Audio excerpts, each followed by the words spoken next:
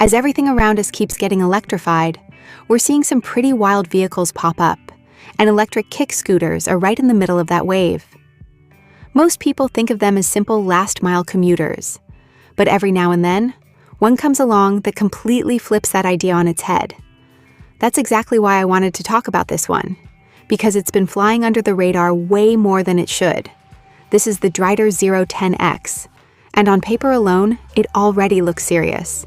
It's a dual-motor e-scooter with a solid 4.5 out of 5-star rating from Real Riders, which tells us it's doing a lot of things right. Sure, it's not flawless, but before judging it too quickly, let's see what this thing is actually built to do. Drider clearly didn't design the 10X just to cruise smooth city streets. The whole idea here is to get you from point A to point B, no matter what's in between, whether that's rough pavement, cracked roads, or uneven terrain. A big part of that comes down to the suspension, and this scooter takes it seriously. You're looking at a proper front and rear suspension setup with spring and piston components that soak up bumps in a way that honestly makes the ride feel surprisingly plush. Adding even more comfort are the pneumatic tires. Having air between you and the ground makes a huge difference when it comes to vibrations, and it really helps keep things controlled when the surface isn't perfect. Then there's the deck itself.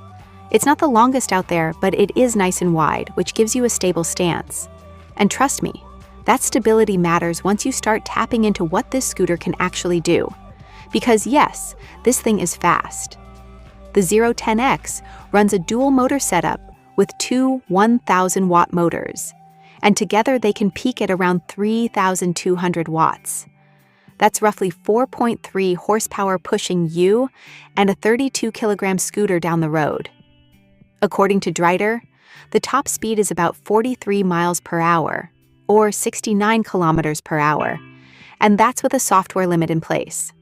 In other words, this scooter has even more potential if you really know what you're doing. Though I'll say, right now, proper safety gear is absolutely non-negotiable here. The nice thing is that you're not forced to use all that power all the time. You can choose how aggressive you want the scooter to be, and acceleration is controlled through a classic finger throttle. In dual motor mode, it pulls hard, so you'll definitely want both hands firmly on the bars when you launch. Of course, speed doesn't mean much if you're constantly worried about running out of battery. Drider tackles that with a battery pack that goes up to 21 amp-hours under 60 volts. In eco mode, they claim a maximum range of about 56 miles, or 90 kilometers, which is genuinely impressive. Realistically, that number will drop once you start riding faster or using both motors. But even if you cut it in half, that's still a lot of riding and a lot of adrenaline before you need to recharge. When it comes to stopping all that speed, you get a choice between cable brakes or hydraulic brakes. Personally, I'd always spend the extra money on hydraulics, especially on something this powerful. For about a $100 difference, you get stronger braking performance and better reliability, which is a no-brainer in my book. To round things out, the Zero 10X is also designed to be practical. It features a folding frame, so the stem collapses down toward the deck, making it easier to take on public transport or fit into tighter spaces. It's definitely not light, so carrying it is still a workout, but Drider goes a step further by adding folding handlebars as well. That makes a real difference if you're trying to squeeze it into a car trunk. One last thing worth mentioning is availability.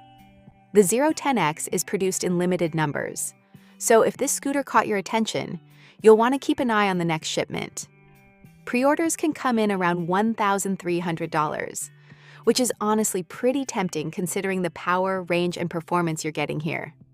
If you're looking for an electric scooter that's more beast than toy, this one definitely deserves a closer look.